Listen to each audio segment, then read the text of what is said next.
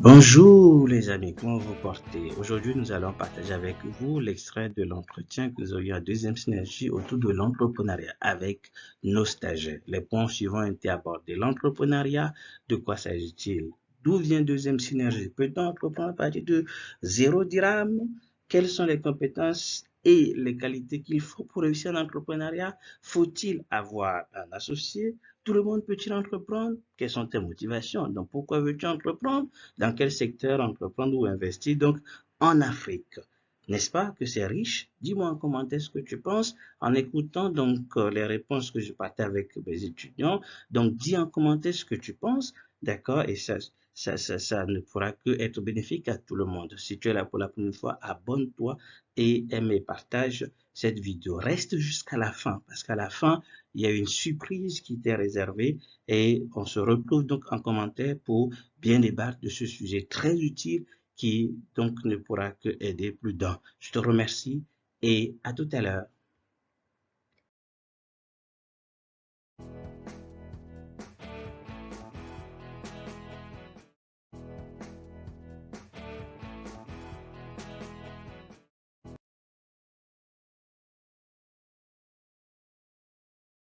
Bonjour monsieur, bonjour tout le monde, j'espère que vous allez tous bien.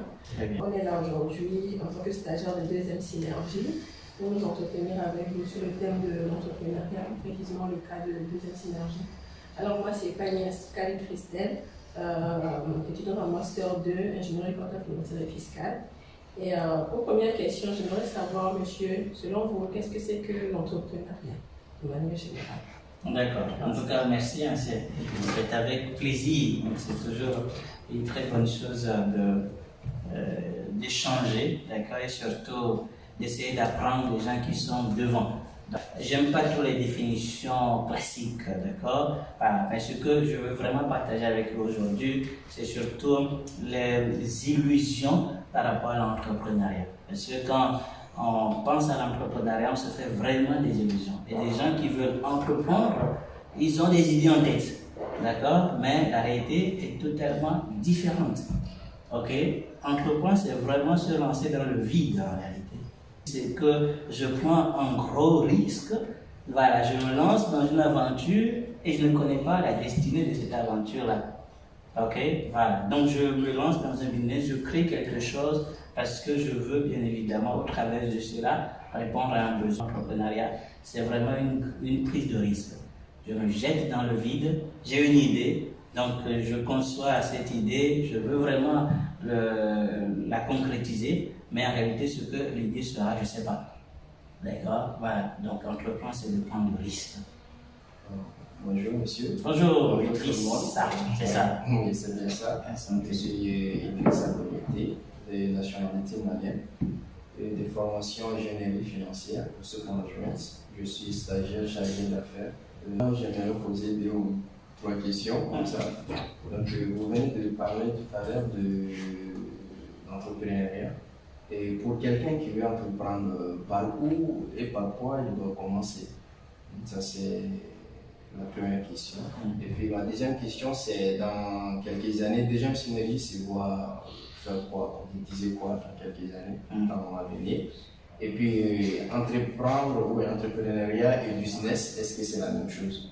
D'accord, ok, c'est bien. Alors, par où commencer? Première chose, il faut toujours comprendre que le succès dans l'entrepreneuriat réside dans le fait que ce que vous proposez répond à un besoin.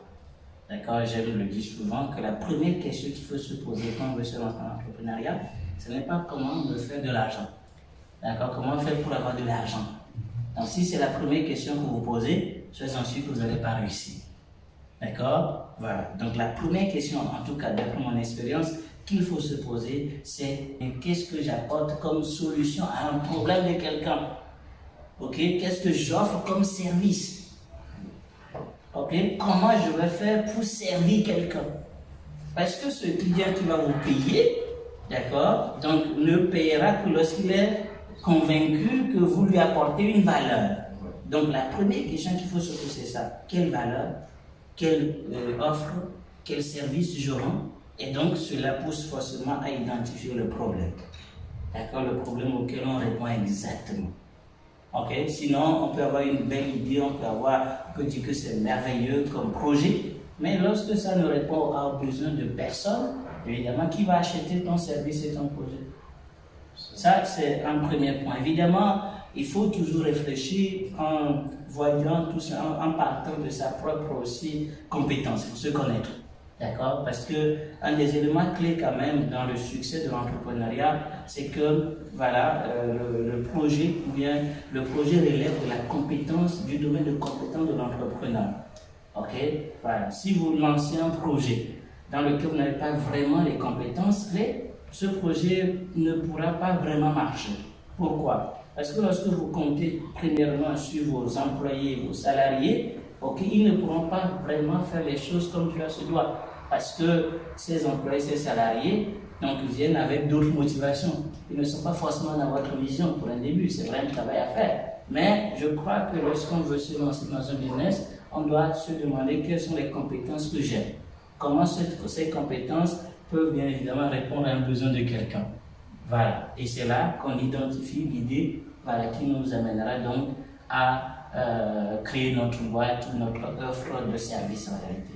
Donc c'est toujours important de commencer par là. Voilà, donc en résumé, ce que je comprends quand même après mon expérience, première chose, concentrez-vous sur ce que vous devez apporter comme solution à un problème de quelqu'un. Ok, voilà, donc identifiez le besoin, le problème, qu'est-ce qui manque, qu'est-ce qui fait défaut, d'accord? Et alors, vous pourriez avoir une idée tout simple qui pourra réussir. Ok? Et de deux, faites quand même recours à vos compétences personnelles, ce que vous savez faire. Alors, je vais m'associer avec quelqu'un qui est dans le domaine.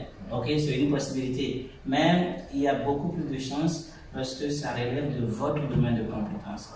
Voilà, et donc, moi, je pense qu'il faut toujours se connaître pour savoir qu'est-ce qu'on sait faire, qu'est-ce qu'on peut faire et comment on peut transformer cela en business. Ok? Alors, peut-être avant de répondre à la question, deuxième synergie se voir où, on reviendra sur ça en parlant déjà même de comment on a débuté. Ok? Mais je vais d'abord répondre à la dernière question et puis on reviendra sur cette question après. Donc, alors, l'entrepreneuriat ou créer son business, c'est la même chose. D'accord? Voilà, donc la différence se fait souvent avec l'investissement. Ok? Donc, créer un business, c'est entreprendre, tout simplement. Ok, maintenant, investir, c'est que moi, je ne prends pas le risque de créer quelque chose, je vais donner l'argent à quelqu'un qui a créé la chose. Tout simplement, la personne travaille, fait travailler mon argent, me donne un gain.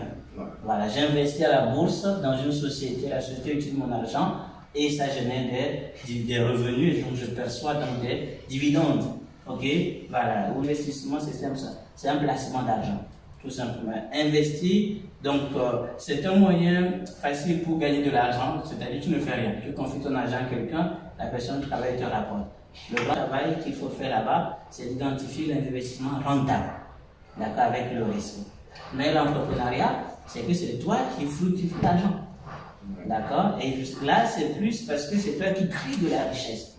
Tu crées de la richesse, tu crées de l'emploi. C'est pour ça que oui, l'entrepreneuriat est tellement important. Bien sûr, il faut toujours faire les deux, investir pour avoir les fonds, ressources, des fois passives, d'accord? Donc, les revenus passifs qu'on utilise pour ensuite financer ces business, ces projets. Voilà.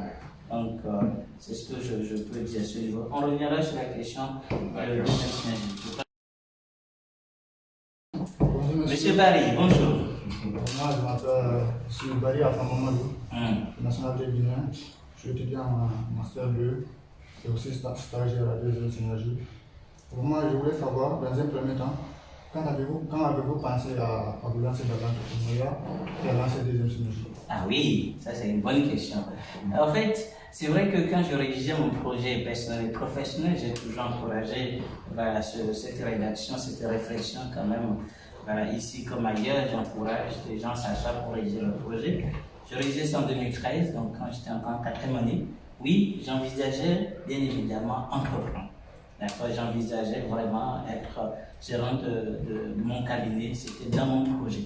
Ok, et l'option, la première option, c'était d'abord de travailler dans une grande société et ensuite avoir de l'expérience et après me mettre à mon propre compte. ok, puisque j'envisageais en ce temps aussi faire de l'expertise comptable et donc je voulais avoir mon propre cabinet. Bref, il y avait ce projet, ok. Et la dernière option, c'était l'enseignement, d'accord. Donc c'est vrai que j'étais passionné par l'enseignement, donc j'aime partager les connaissances, mais dans mon projet, donc l'enseignement c'était la dernière position. Pourquoi? Parce que je tire beaucoup à l'enseignement pratique et utile. Et je me disais que je ne peux pas donner assez à mes étudiants si moi-même je n'ai pas la connaissance de la réalité professionnelle au-delà de ce qu'on peut apprendre dans les recherches. Ok? Donc il y a une grande différence entre enseigner parce que j'ai fait une recherche et enseigner parce que j'ai pratiqué. Et moi j'accordais et j'accorde toujours encore plus d'importance à la pratique. Et donc je me disais que j'allais avoir une expérience pour bien cerner la réalité professionnelle et ensuite quand je veux partager maintenant mon expérience, ça va plus profiter donc aux étudiants. Ok, c'est vrai que quand j'ai commencé à préparer ma thèse, tout ça, donc j'allais plus dans le domaine de l'enseignement, mais c'est dans ma tête, je sentais le besoin quand même de la pratique. Et donc, en 2017 déjà, j'avais rencontré mon associé, il y avait cette idée d'entreprendre, nous avions commencé d'une manière informelle, et en 2019, on a décidé de formaliser donc ce projet-là. D'accord? Nous étions dans le domaine de la communication pour les écoles et autres. Donc, et après, nous avons voulu donc formaliser pour ajouter donc d'autres services, conseillers en gestion et aussi l'informatique en termes d'ingénierie informatique. D'accord? Alors, on peut se poser la question. J'avais donc déjà en vue la soutenance de ma thèse en 2019. D'accord? Et donc, c'est au même moment que je faisais les démarches pour avoir la société. C'est pour dire que le projet de deuxième synergie n'était pas un accident. D'accord? Non, c'était quand même bien réfléchi. Le projet est né, je me rappelle, c'était en mars 2019. On était dans un café avec mon associé, on réfléchissait, mais quel nom on va donner à la société? C'était dans un café que deuxième synergie est né. D'accord? Donc, voilà, et on a eu l'idée de l'appeler deuxième synergie. Vous me direz pourquoi? Je vous répondrai. Donc, voilà, en gros, l'idée d'entreprendre n'est pas accidentelle, mais c'est vraiment une volonté d'aider beaucoup plus. Ok? Et moi, aider, c'est plus bien évidemment créer de l'emploi, soutenir les gens, donc, et ça, c'est dans mon projet. Voilà, c'est très important. Voilà, donc maintenant, je ne me suis pas lancé rapidement, il fallait bien évidemment avoir une expérience, ce que les 5 ans d'expérience pendant la préparation de ma thèse m'ont préparé aussi à pouvoir facilement me lancer. Tu as répondu? Voilà. Alors, moi, c'est... Tu veux savoir pourquoi deuxième synergie? Vas-y. Je connais Annie, récemment lauréate en Master 2 audit expertise et actuellement stagiaire en comptabilité à deuxième synergie. Donc, moi, ma question, c'est de savoir un peu plus sur le côté financement. Le côté financement de l'entreprise. Bon, on a tendance à entendre qu'on peut entreprendre à partir de rien. On entend ça un peu partout en fait. Donc déjà, j'aimerais savoir comment ça s'est passé avec deuxième synergie et puis par l'expérience de deuxième synergie, nous dire un peu quelle méthode est la plus adéquate. Alors, oui, je pense que oui, on peut entreprendre à partir de rien.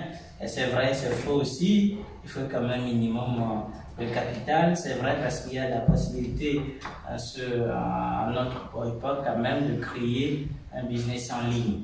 D'accord? Et même là, il faut quand même avoir un peu de fonds pour pouvoir soit se former ou plutôt acheter l'hébergement du site. S'il faut donc faire quelque chose en termes de créer son site, par exemple. Ok, donc il y a un petit fonds quand même. À partir de rien, c'est pour dire que sans beaucoup de capital. Là, au Maroc, on peut créer sa société avec 0 dirham. D'accord? Si votre capital ne dépasse pas 100 000, vous n'êtes pas obligé de bloquer donc, un fonds donc, sur un compte bancaire. Ok, si vous voulez créer une société, vous pouvez créer à partir de 0 dirham. Ce qu'il faut, tu dis? Non, société à responsabilité limitée. Voilà, une salle comme nous, donc une salle, on peut la créer à partir de 0. On peut créer une salle aussi à associé unique, en dehors de la carte d'auto-entrepreneur, tout ça qui est donné presque gratuitement maintenant. Mais si vous voulez une structure comme la nôtre, à partir de 0 dirhams. Maintenant, vous avez besoin de quoi? Du fonds de création. Voilà, puisque vous allez passer par un comptable, voilà, pour vous créer. Mais vous pouvez créer vous-même votre société. Bien sûr, avec quelques étapes où le comptable va forcément prendre quelque chose. Donc, en gros, les comptables prennent donc entre 4 000 et 6 000 dirhams. D'accord, à faire, par exemple, pour créer une société jusqu'à la publication donc, légale. Nous, en tout cas, je me rappelle très bien que quand je cherchais qui allait créer notre société, j'étais parti voir un comptable chez qui j'avais fait mon stage et je sors avec cette interpellation qui sort de sa bouche. Il me dit, mais tu es comptable toi-même? J'ai dit, ah oui, c'est vrai, tu as raison, je suis comptable. Ok, merci. J'ai dit, je ne vais pas donc lui donner le dossier, j'ai créé moi-même la société. D'accord? J'ai dit, bon, c'est une belle occasion, je vais apprendre de A à Z comment créer la société. Voilà, ça m'a pris un peu de temps, mais je l'ai créé quand même. Après, j'ai créé 2 autres sociétés après pour d'autres amis. Donc voilà, j'ai toujours privilégié de saisir chaque occasion pour apprendre. Voilà, donc, et nous l'avons pris nous-mêmes. Donc, de vous lancer dans la publicité au début, tout ça. Ok, donc nous sommes partis dans ce sens. Le capital, nous le libellons, en tout cas, au fur et à mesure qu'on avance. On a pu créer votre société vraiment à partir de presque rien. D'accord, il faut l'idée, mais un petit sou suffirait donc voilà, pour vous lancer. C'est ça.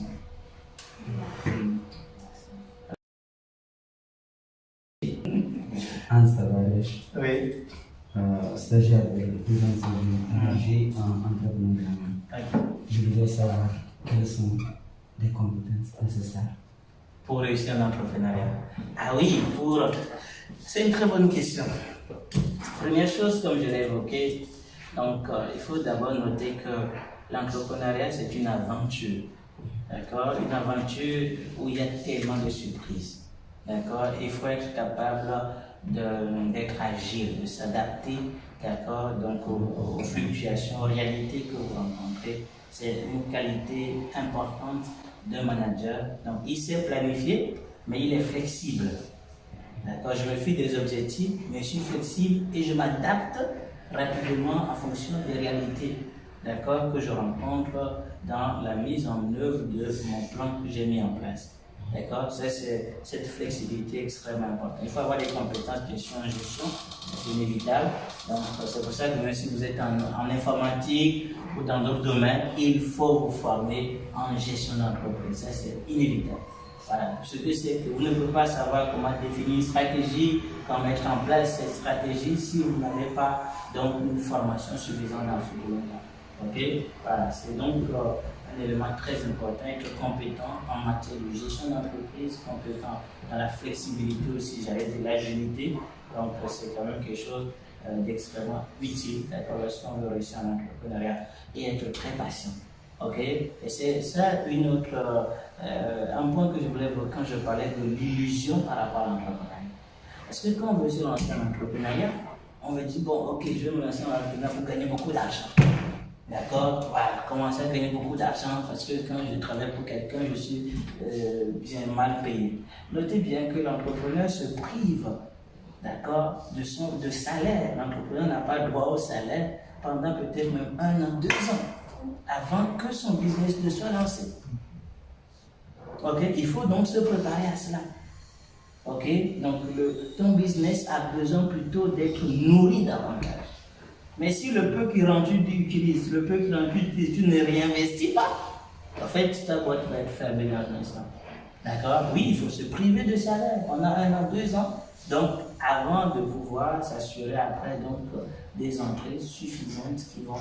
Voilà, donc il faut donc cette patience, d'accord, et cette persévérance, bien évidemment. Un entrepreneur, c'est aussi un visionnaire, c'est là où il va. D'accord, et c'est là où il va, c'est l'objectif qui s'est fixé et ne perd pas de vue cela. Vous savez, quand vous commencez à entreprendre, je vous dis ça, vous allez avoir envie des fois de devenir salarié. D'arrêter d'aller trouver un travail. Ah oui, d'accord, vous allez avoir envie des fois de préférer aller travailler et pour bénéficier des avantages d'un salarié. Un salaire fixe, vous êtes tranquille. Oui, après quelques mois ou 1 an, vous allez dire, ah, c'est possible. Il faut se préparer à ça. Mais lorsque dans ton cœur, tu as vraiment une conscience que tu es sur la voie, d'accord? Tu demeures sur la voie même quand il y a des difficultés, parce que tu as une vision par rapport à ton projet. Ok? Il peut y avoir que tu es tenté, tu essaies, mais après quand même, c'est comme quelque chose qui te pousse à dire il faut que tu ailles. Si tes motivations ne sont pas de bonnes motivations, ok? Après peut-être quand tu vas abandonner. Par rapport à ta question, les compétences en gestion, les compétences en matière d'agilité, d'adaptabilité, les compétences de visionnaire, d'accord, sont utiles. Maintenant, les motivations intérieures soutiennent beaucoup l'entrepreneur dans sa démarche. Ce sont des illusions qu'on se fait pour dire, bon, quand je me lance dans l'entrepreneuriat, oh, je suis libre, je vais gérer mon temps, je vais donc, voilà, venir quand je veux, sortir quand je veux, je n'aurai pas la pression de quelqu'un. Ah oui, c'est vrai. Maintenant, sache que si tu veux réussir, il faut forcément que tu te mettes de la pression. D'accord? Voilà. Donc, moi, je me couche tard peut-être plus que vous, je me réveille tôt, je viens d'ailleurs le premier, n'est-ce pas? Voilà. Donc, il y a des objectifs à atteindre. Ok? Et vous pouvez des fois être en mauvais thème avec vos proches, parce que vous devez prendre des décisions radicales quand tu veux réussir en entrepreneuriat. D'accord? Vous devez prendre des décisions radicales, vous pouvez vous priver de certaines choses. Voilà. Donc, ce sont des sacrifices. Oui, ce sont des sacrifices. D'accord? Donc, un entrepreneur doit comprendre cela. Il ne faut même pas qu'il croie que les autres qui sont plus lui vont comprendre des fois. Ah non, surtout quand tu as un objectif, tu te bats pour atteindre l'objectif. Ok? Et cela t'amène bien évidemment à prendre des dispositions, les sacrifices qu'il faut faire et ne pas croire que c'est un chemin de repos, de facilité, parce que je suis mon propre boss maintenant, je peux tout faire. Ah non! Vous savez, ma journée est tellement remplie de choses. Oui, allez-y. C'est pour quelqu'un qui veut lancer son premier business, c'est plus favorable de se lancer seul ou bien de chercher un associé. Ah oui, le côté d'association, ça c'est une très très bonne question. Un principe dans la vie d'une manière générale, il faut faire très attention avec ceux avec qui on s'associe, avec ceux avec qui on vit, d'accord, d'une manière générale. Ok, il faut savoir trier les gens avec qui marcher. D'accord? Cela est aussi vrai dans la vie personnelle comme dans la vie professionnelle. Lorsque vous ne vous entourez pas des gens qui vous font avancer, d'accord, votre projet, votre vision va être stoppée. Et donc, oui, si tu veux te lancer dans un business, ce qu'il faut faire, c'est premièrement d'identifier le besoin, d'accord, en matière d'association. Tu veux un associé pourquoi? Pour qu'il apporte un fonds, pour qu'il finance une partie du projet, c'est aussi une des raisons des fois, ok? Ou bien évidemment, donc tu veux un associé parce qu'il y a une compétence complémentaire qu'il a par rapport à ta compétence, ok? Voilà, deuxième synergie, pour qu'on l'appelle deuxième synergie, c'est mentor. Ok, moi je suis mentor, mon ami est mentor, mais ce n'est pas en termes de nom en réalité. Donc il est informaticien de formation, moi je suis gestionnaire de formation, je suis contrôleur de formation. Ok, donc et nous voulons lancer un cabinet qui permet bien évidemment d'assurer une synergie entre les compétences informatiques et managériales. Autrement dit, l'informatique au service du management. Donc, grâce à ces compétences informatiques, il y aura le développement des applications des sites internet. Et grâce à mes compétences de gestion, donc, il y aura bien évidemment une réflexion de ce projet informatique pour que ce informatique soit vraiment au service du manager. Parce que finalement, l'informatique, c'est pour répondre aux besoins du gérant, d'accord, ou du personnel qui va utiliser le logiciel ou l'application ou le site. Ok? Et donc, la philosophie managériale est très importante pour l'informatique, comme aussi l'informatique est très utile pour la gestion. Et donc cette synergie vient de là en réalité. Donc synergie de compétences, synergie de compétences informatiques et management. Voilà, donc je ne suis pas expert en informatique, il est dans le domaine, donc on était bien placé pour travailler vraiment en termes de synergie d'action. Ok, voilà. Il y a tout cela qu'il faut considérer. Est-ce que c'est en termes du budget? Est-ce que c'est en termes aussi de la vision du projet? D'accord? Maintenant, d'autres personnes, d'autres qualités aussi doivent compter. D'accord? Il ne faut pas s'asseoir avec quelqu'un qui n'a pas la même valeur que toi. Non, ça ne marchera pas. D'accord? Voilà. Parce qu'avant tout, c'est d'abord des personnes qui travaillent ensemble. D'accord? Ce n'est pas des idées seulement, des personnes qui travaillent. Il faut tenir compte avec qui tu t'associes. Des fois, oui, il faut se lancer des fois avec ses propres fonds, mais c'est toujours bien lorsqu'on est à 2, lorsqu'on est à 3, toujours lorsqu'on est en groupe, on peut mieux avancer, on peut bien avancer. Ok? Donc oui, c'est bien de s'associer également. Mais les critères à considérer, c'est vraiment qu'est-ce qui motive le choix d'un associé ou pas. D'accord? Il faut donc étudier ça, sinon tu peux te lancer dans un business et ça ne marche pas. Oui. On remarque aujourd'hui que la jeunesse africaine est poussée à l'entrepreneuriat. Oui. Quand vous avez dit il n'y a pas longtemps qu'entreprendre, ça nécessite d'avoir certaines compétences. Et aussi, je pense peut-être aussi certains talents, ou bien en tout cas, savoir dans quoi entreprendre. Est-ce que vous pensez que tout le monde peut entreprendre? Ou est-ce qu'on peut apprendre à entreprendre en fait? Ah oui, ça c'est une bonne question. Nul n'est né entrepreneur. Bon, certes, il y a des gens qui ont par nature quand même les dispositions à entreprendre, à prendre des risques. C'est vraiment non seulement des idées, mais la capacité de prendre des risques. Voilà, donc il y a des gens qui ne se sentiront pas à l'aise en dehors de l'entrepreneuriat. Ok, voilà. Mais il y a des gens aussi qui ne se sentiront à l'aise que lorsque ils sont bien évidemment tranquilles dans un boulot. Ok, voilà. Mais ils peuvent désirer entreprendre, mais bon, voilà, ils ne sont pas prêts à prendre des risques. Ok, voilà. Donc maintenant, je pense que première chose, chacun doit se connaître. D'accord, voilà, chacun doit se connaître. Et deuxième chose, on peut apprendre à entreprendre. Voilà, on peut apprendre, bien évidemment, à entreprendre. Voilà, c'est inévitable en réalité. Lorsqu'on veut évoluer, on doit entreprendre. Maintenant, tout le monde ne va pas créer sa société, sinon qui va travailler pour l'autre finalement. Maintenant, ce qu'il faut, c'est que lorsque on a sa société, d'accord, que ceux avec qui on collabore puissent bien évidemment être préparés à aussi en créer. Une société qui met en place cette philosophie où ses collaborateurs donc, sont plutôt des gens qui coachent pour que eux aussi ils puissent demain devenir des chefs d'entreprise, c'est une bonne société. Okay? Voilà. Et c'est dans cette philosophie que nous sommes, c'est ce qu'il faut faire. Voilà. Parce que si on avance et que l'autre crée, évidemment, donc c'est l'emploi qui se crée, tout le monde avance avec. Il faut apprendre. Par exemple, j'ai insisté sur le fait d'essayer de se former. Okay? Tu ne peux pas te lancer dans un domaine que tu ne maîtrises pas. Par exemple, quelqu'un veut faire de l'agriculture, comme ça marche beaucoup dans nos pays actuellement, ou bien de l'élevage. Il faut donc te faire former en élevage.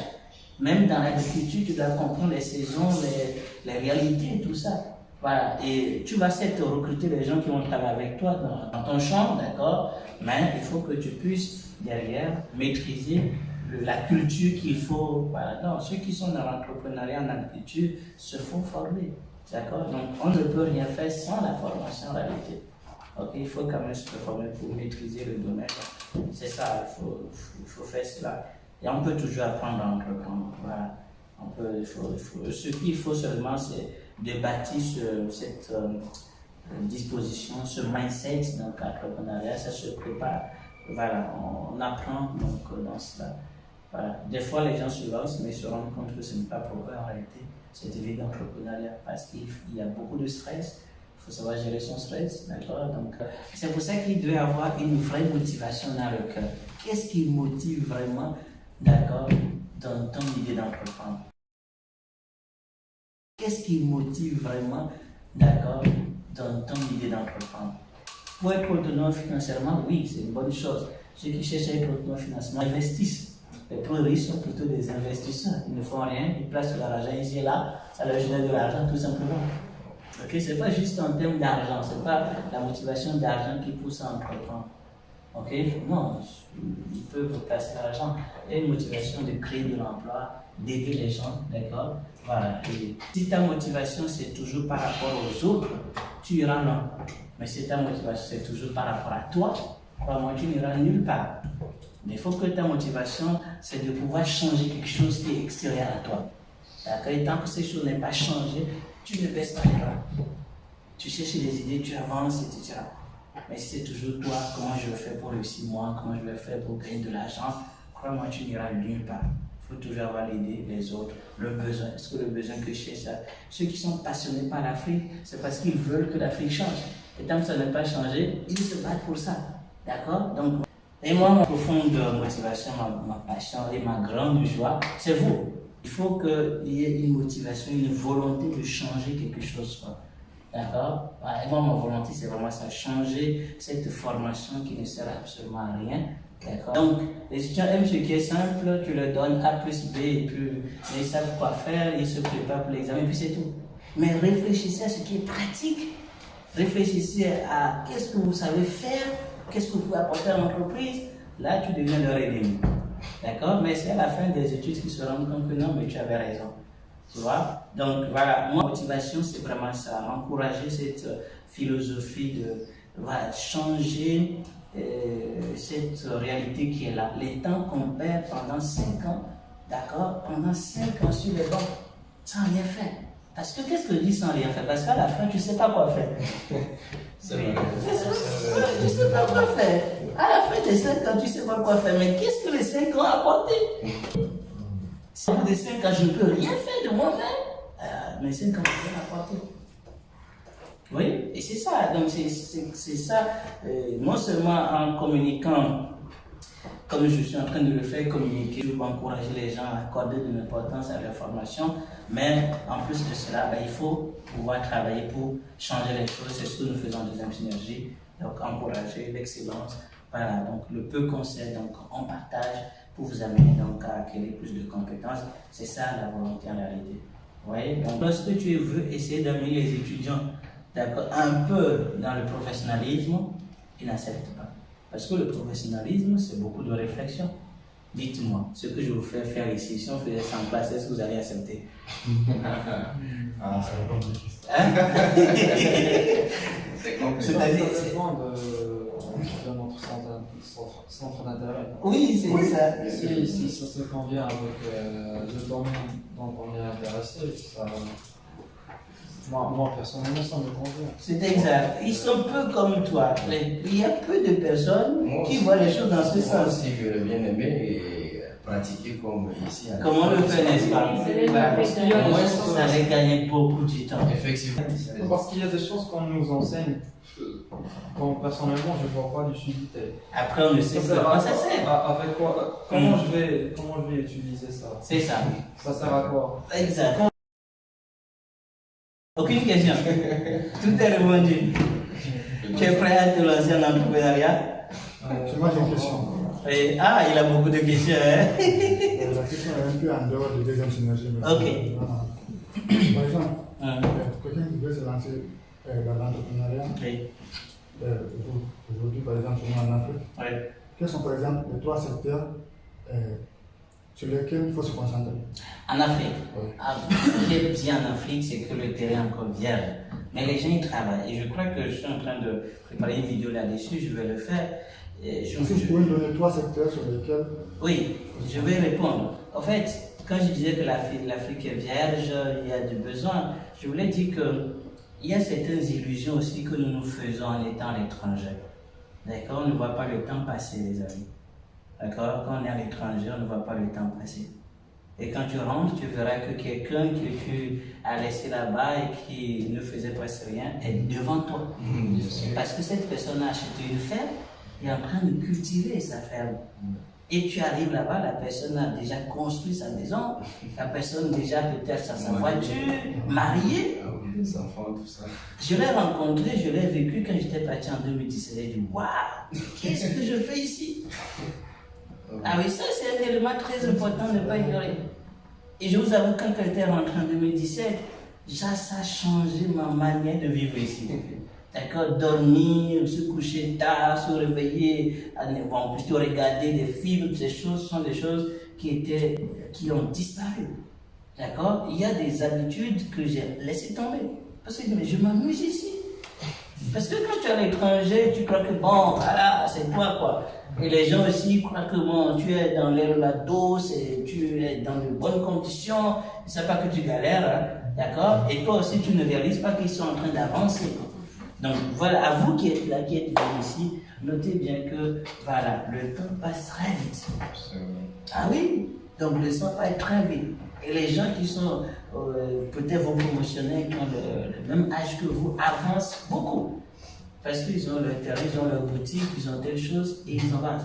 En tout cas, le secteur, il faut toujours privilégier l'agriculture. Ça, c'est quelque chose qui marche énormément. L'agriculture, l'élevage, parce qu'il y a toujours un besoin en matière de nourriture en Afrique. D'accord, en matière de viande en Afrique. D'accord, voilà, les poulets qui sont ici en cuisine chaque jour, ce n'est pas le cas en Afrique. D'accord, donc, et les gens qui se lancent là-bas réussissent énormément. S'il y a la possibilité de, en tout cas moi, s'il y avait la possibilité de me faire former et de créer une ferme dans ce sens, je le ferai. D'accord, voilà, pour le moment je suis ici pour ce projet, mais c'est aussi un projet auquel je réfléchis vraiment. L'autre point, voilà, avec des petites sommes qu'on a, on peut aussi se lancer dans tout ce qui est commerce de distribution. C'est vrai qu'il y a pas mal de structures qui ont ces commerces, mais il n'y a pas vraiment, par exemple, des centres vraiment, des centres commerciaux comme Marchand, comme voilà, des vrais centres vraiment de, ouais, donc un peu plus professionnels, en tout cas j'avais dit moderne, tout ça. Voilà. D'une manière générale, tout ce qui est achat et revente, là, marche toujours. D'accord? Parce que je ne transforme pas, j'achète juste ce que quelqu'un a transformé, je revends. Donc, c'est aussi quelque chose à ne pas négliger. D'accord? Et ceux qui marchent, ceux qui évoluent beaucoup, ce sont ces petites boutiques-là où de gros centres commerciaux qui achètent et qui revendent aussi. Ok? Donc, des choses comme ça. Bon, s'il y a de l'argent, dans l'immobilier peut-être, mais il faut avoir de l'argent pour. L'immobilier non pas de construire. L'immobilier, c'est pas seulement de construire, comment dit-on? En local, d'accord? Donc on peut acheter un terrain dans une zone un peu reculée, mais qui après va augmenter en termes de valeur. Ça, c'est de l'investissement, même si je ne veux pas l'exploiter en termes agricoles, mais c'est de l'investissement qui est très utile. Ou bien, donc j'ai des moyens, j'ai un local en ville et que je loue, ben, ça me rapporte de l'argent aussi. Tu vois? Donc ça, ce sont des choses qu'il faut envisager lorsqu'on a quand même assez de fonds, quoi. Voilà. Mais si moi je peux conseiller quelque chose, donc tout ce qui est de la terre ne trompe jamais. D'accord, l'agriculture, donc l'élevage, voilà, donc oui, voilà, et puis le commerce de distribution, si ça marche bien. Il faut juste savoir dans le secteur là où je veux m'installer, qu'est-ce que les gens achètent le plus. Et puis voilà, donc ce sont des idées quand même. Auquel moi je réfléchis. C'est très important.